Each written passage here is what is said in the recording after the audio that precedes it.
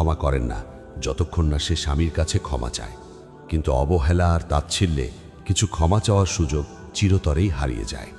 বহু বছর আগেরকার কথা, একটি গ্রামে বাস করত এক দম্পতি। স্বামী ইউসুফ ছিলেন আল্লাহ ভীরু ও নেক চরিত্রের একজন মানুষ। তার আয় ছিল একদমই কম, তবে তার অন্তরটা ছিল বিশাল প্রসারিত। কিন্তু ইউসুফ জানতেন, সবর করা আসলে সবচেয়ে বড় শক্তি।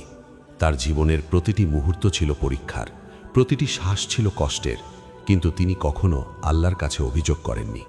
ইউসুফ ছিলেন একজন সাধারণ কাঠমিস্ত্রি। তার হাতের কাজ ছিল সূক্ষ্ম ও মসৃণ। প্রতিদিন ফজরের নামাজ পড়ে তিনি বের হতেন কাজের খোঁজে।